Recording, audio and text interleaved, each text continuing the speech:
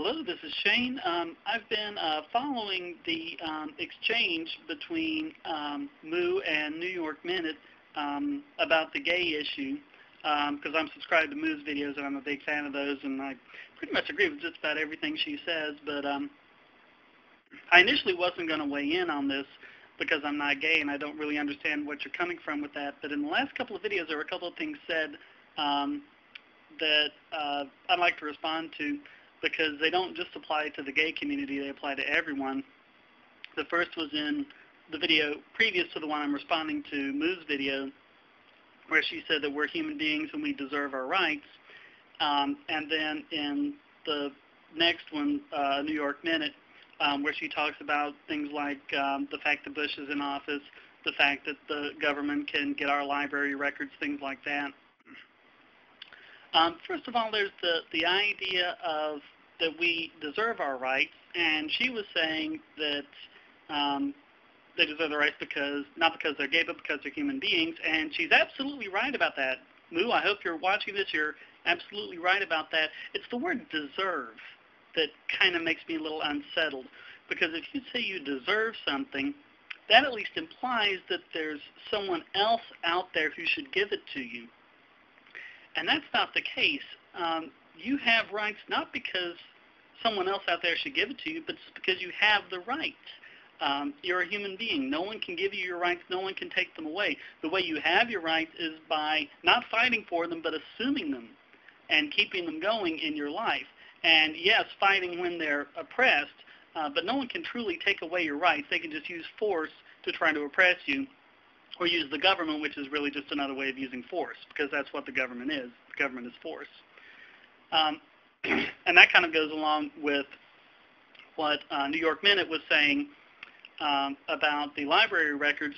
That happened because of a provision in the USA Patriot Act, which, by the way, Congress passed without even reading. And if that makes you upset, well, that's far from the only one. I write my congressman quite a bit, and I just got a response from him a couple weeks ago on another matter. And he was talking about, yeah, there was this provision in there that we didn't know about when we voted on it.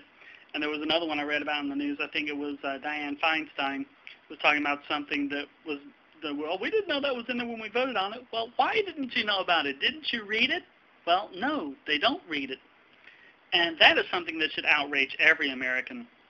And there's actually a group called downsizedc.org that has a Read the Bills Act. I'm going to put a link to it over there on that site somewhere,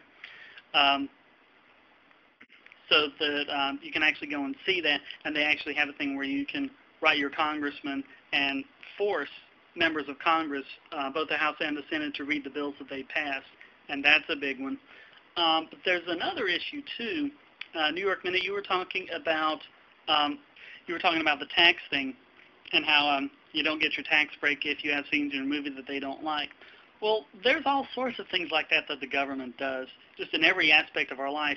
The problem is not that they're doing these things, it's that they can do these things. And that's the problem. We didn't have an income tax until 1913. If we didn't have an income tax today, the government wouldn't be able to do these things. People talk about the gay marriage issue.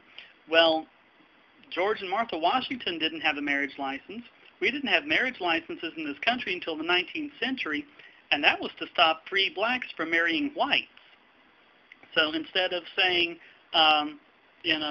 gays should have the right to marry, meaning that they should have the right to get a marriage license from the government, say, what is the government doing licensing marriages to begin with? If the government didn't have anything to do with that, then, it would just be up to a local church or community or whatever. You could get together, you could make your vows and do whatever. If it weren't for the income tax, you wouldn't have to worry about filing jointly or whatever. The problem is not the abuse of power. It's the power to abuse. And aNewYorkMinute, you were saying, how terrible it is that George W. Bush got elected. Well, the way this country was originally set up, it shouldn't matter who's elected, because the government shouldn't have the power to do anything to be able to oppress us anyway. It's the fact that we've given them that power. We've given them the power of income tax. We've given them the power of marriage licensing, and that's what's causing the big problems, and that's what we need to take away. go look around the internet. There's a lot of things that our government is doing right now that is just scary.